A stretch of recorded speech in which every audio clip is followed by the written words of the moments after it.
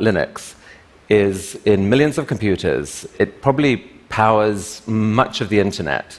And I think that there are like 1.5 billion active Android devices out there. Your software is in every single one of them. It's kind of amazing. You must have some amazing software headquarters driving all this. That's what I thought, and I was shocked when I saw a picture of it. I mean, this is the Linux World Headquarters. Yeah, it really doesn't look like much. And I have to say, the most interesting part in this picture that people mostly react to is the walking desk. It is the most interesting part in my office, and I'm not actually using it anymore. And I think the two things are related. The way I work is I want to not have external stimulation.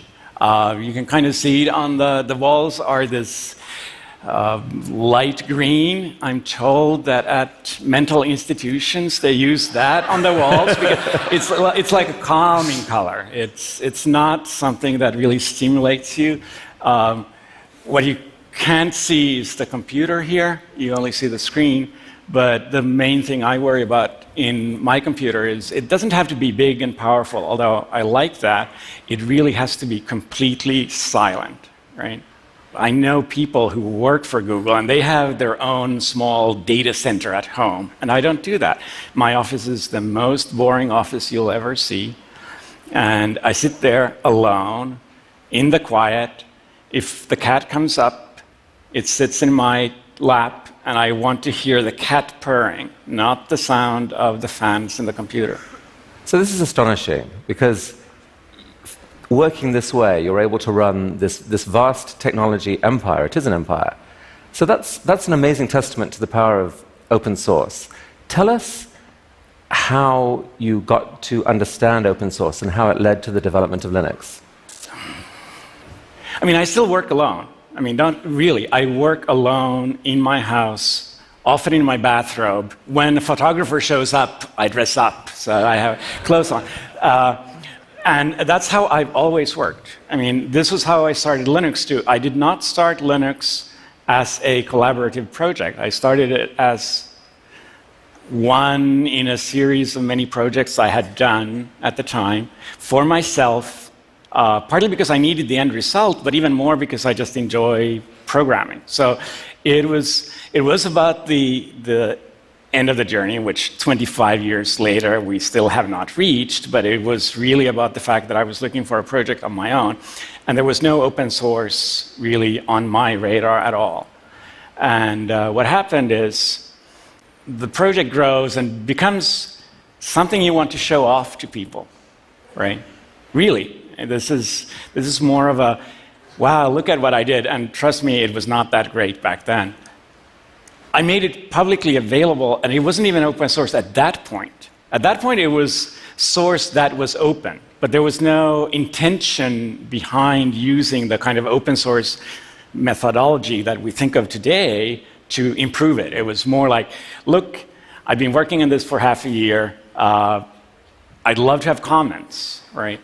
And other people approached me. I had at the University of Helsinki, I had a friend who was one of the open source. It was called mainly free software back then. And he actually introduced me to the notion that, hey, that you can use these open source licenses that had been around. And I thought about it for a while. I was actually worried about the whole commercial interests coming in. I mean, that's one of the worries I think most people who start out have, is that they worry about somebody taking advantage of their work, right? And I decided, what the hell, right? Huh. And then at some point, someone contributed some code that you thought, wow, that really is interesting. I would not have thought of that. This could actually improve this. It didn't even start by people contributing code. It was more that people started contributing ideas. And just the fact that somebody else takes a look at your project, and I'm sure it's true of other things too, but it's definitely true in code, is that somebody else takes an interest in your code, looks at it enough to actually give you feedback and give you ideas, which that was a huge thing for me. I mean, so I was 21 at the time, so I was young, but I'd already programmed for half my life, basically. And every project before that had been completely personal, and it was a revelation when people just started commenting, started giving feedback on your code. And even before they started giving code back, that was, I think, one of the big moments where I said, I love other people. Right? Don't get me wrong, I'm actually not a people person, right? I am, right? I don't really love other people, but I love computers. I love interacting with other people on email because it kind of gives you that buffer. But I do love other people who comment and get involved in my project, and it made it so much more. And so was there a moment when you saw what was being built and it suddenly started taking off and you thought, wait a sec, there's actually could be something huge, not just a personal project that I'm getting nice feedback on, but a kind of an explosive development in the whole technology world? Not really. I mean, the big point for me really was not when it was becoming huge, it was when it was becoming little, right? The big point for me was not being alone and having 10, maybe 100 people being involved. That was a big point. Then everything else was very gradual. Going from 100 people to 1 million people is not a big deal. To me, well, I mean, maybe it is if you want to sell your result, that it's a huge deal, don't get me wrong. But if you're interested in the technology and you're interested in the project, the big part was getting the community. Then the community grew gradually, and there's actually not a single point where I went like, wow, that just took off, because it took a long time, relatively. So all the technologists I talked to really credit you with massively changing their work. And it's not just Linux, it's this thing called Git, which is this management system for software development. Tell us briefly about that and your role in that. So one of the issues we had, and this took a while to start to appear, is when you grow from having 10 people or 100 people working on a project to having 10,000 people, which, I mean, right now we're in the situation where just on the kernel we have 1,000 people involved in every single release, and that's every 2 months, roughly, 2 or 3 months. Some of those people don't do a lot, right? There's a lot of people who make small changes. But to maintain this, the scale changes how you have to maintain it. And we went through a lot of pain, and there are whole projects that do only source code maintenance. And CVS is the one that used to be the most commonly used, and I hated CVS with a passion and refused to touch it, and tried something else that was radical and interesting, and everybody else hated. And and we were in this bad spot where we had thousands of people who wanted to participate, but in many ways I was the kind of break point where I could not scale to the point where I could work on it with thousands of people. So Git is my second big project, which is only created for me to maintain my first big project, right? And this is literally how I work. Is I don't code for, well, I do code for fun, but I want to code for something meaningful. So every single project I've ever done has been something I needed, and so really both Linux and Git kind of arose almost as an unintended consequence of your desire not to have to work with too many people. Absolutely, yes. No. That's amazing. Yeah. And yet, you're the man who's transformed technology not just once, but twice. And we have to try and understand why it is. Like, you've given us some clues, but here's a picture of you as a kid. You mentioned that you've been, with the Rubik's Cube, you mentioned that you've been programming since you were like 10 or 11, half your life. Were you this sort of computer genius, uber nerd? Were you the star at school who could do everything? What were you like as a kid? Yeah, I think I was the prototypical nerd. I mean, I was not a people person back then. That's my younger brother. I was clearly more interested in the Rubik's Cube than my younger brother, right?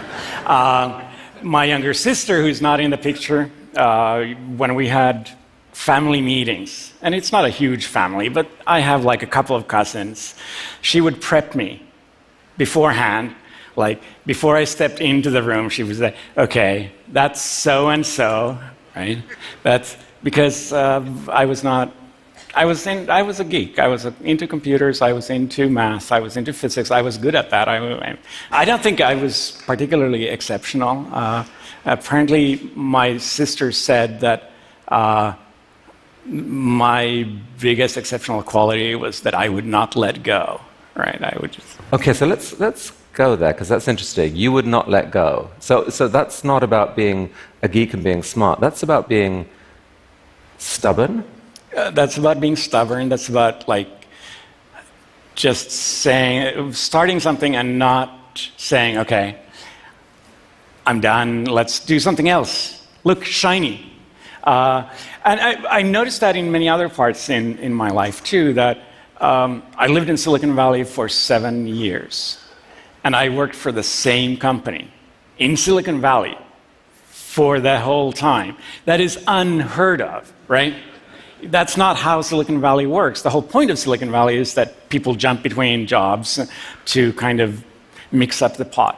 And it's not the kind of person I am. But during the actual development of Linux itself, that stubbornness sometimes brought you in conflict with other people. I mean, talk about that a bit. Was that essential to sort of maintain the quality of what was being built? How would you describe what happened? I don't know if it's essential. Going back to I'm not a people person. Sometimes I'm also, shall we say, myopic when it comes to other people's feelings. And that sometimes makes you say things that hurt other people. And I'm not proud of that, right? But at the same time, I get people who tell me that I should be nice. And then when I try to explain to them that maybe you're nice, maybe you should be more aggressive, they see that as me being not nice. And what I'm trying to say is we are different. I'm not a people person. It's not something I'm particularly proud of, but it's part of me. And one of the things I really like about open source is it really allows different people to work together. We don't have to like each other, and sometimes we really don't like each other, really. I mean, there are very, very heated arguments. But you can find things that you don't even agree to disagree. It's just that you're interested in really different things.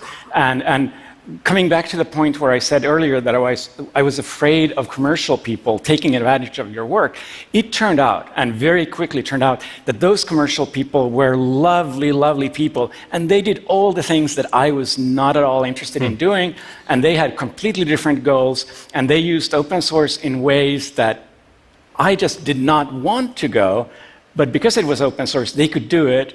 And it actually works really beautifully together. And I actually think it works the same way. You need to have the people, the communicators, the warm and friendly people who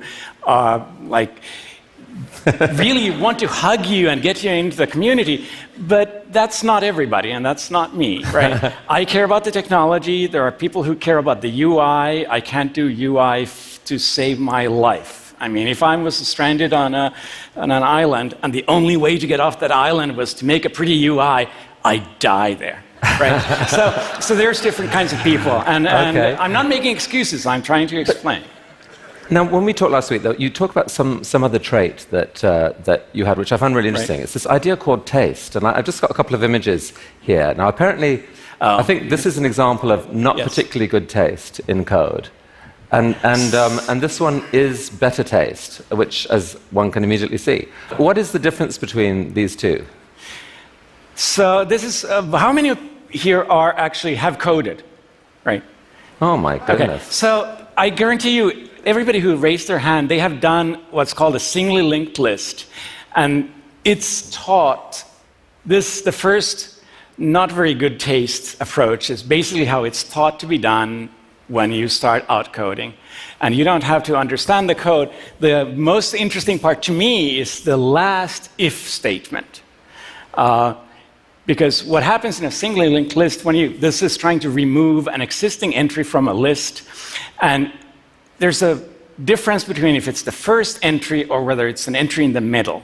Because if it's the first entry, you have to change the pointer to the first entry. If it's in the middle, you have to change the pointer of a previous entry. So there are two completely different cases. And that's better. And this is better. It does not have the if statement. And it doesn't really matter I don't want you to understand why it doesn't have the if statement, but I want you to understand that sometimes you can see a problem in a different way and rewrite it so that a special case goes away and becomes the normal case. And that's good code. But this is simple code. This is CS 101. This is not important, although details are important. To me, the sign of people I really want to work with is that they have good taste, which is how I sent you this stupid example that is not relevant because it's too small. Good taste is much bigger than this. Good taste is about really seeing the big patterns and kind of instinctively knowing what's the right way to do things. Okay, so we're putting the pieces together here now. You have taste in a way that's meaningful to software people. You're a computer... I think it was meaningful to some people here. You are a very smart computer coder, and you're hellish stubborn. But there must be something else. I mean, you've changed the future. You must have this ability to have these grand visions of the future. You're a visionary, right? So I've actually felt slightly uncomfortable at TED for the last 2 days because there's a lot of vision going on, right? And I am not a visionary. I do not have a 5-year plan.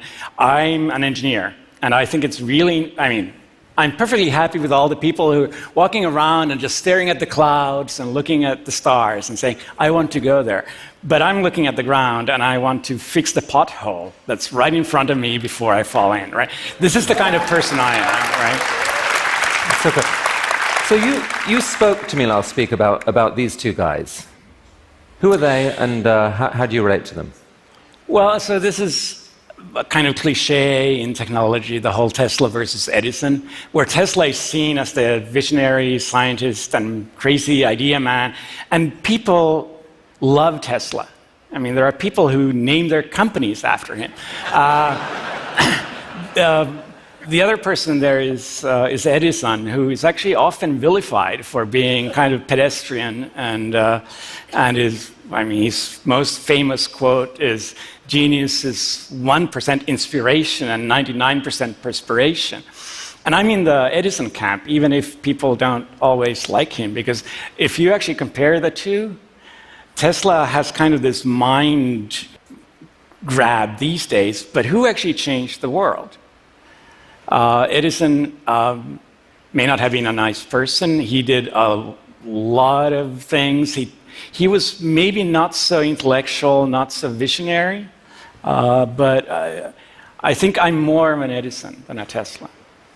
So our theme at TED this week is dreams, big, bold, audacious dreams. You're really the antidote to that. I'm trying to dial it down a bit, yes. It's good. We embrace you, we embrace you. Okay. Companies like Google and many others have made arguably billions of dollars out of your software. Does that piss you off? No. No, it doesn't piss me off for several reasons, and one of them is I'm doing fine, right? I'm really doing fine. But the other reason is, without doing the whole open source and really letting go thing, Linux would never have been what it is. And it's broad experiences. I don't really enjoy public talking, but at the same time, this is an experience, trust me, right? So there's a lot of things going on that makes me a very happy man and thinking I did the right choices. Is the open source idea, and this is, I think we'll end here, is the open source idea fully realized now in the world? Or is there more that it could go? Are there more things that it could do? So I'm of two minds there. I think one reason open source works so well in code is that at the end of the day, code tends to be somewhat black and white. There's often a fairly good way to decide this is done correctly and this is not done well, right? Code either works or it doesn't, which means that there's less room for arguments. And we have arguments despite this, right? In many other areas, I mean, people have talked about open politics and things like that, and it's really hard sometimes to say that, yes, you can apply the same principles in some other areas just because it's the black and white turns into not just gray, but different colors, right? So obviously open source in science is making a comeback. Science was there first. But then science ended up being pretty close with very expensive journals and some of that going on. And open source is making a comeback in science with things like ArchiveX and open journals. Wikipedia changed the world too, right? So there are other examples. I'm sure there are more to come.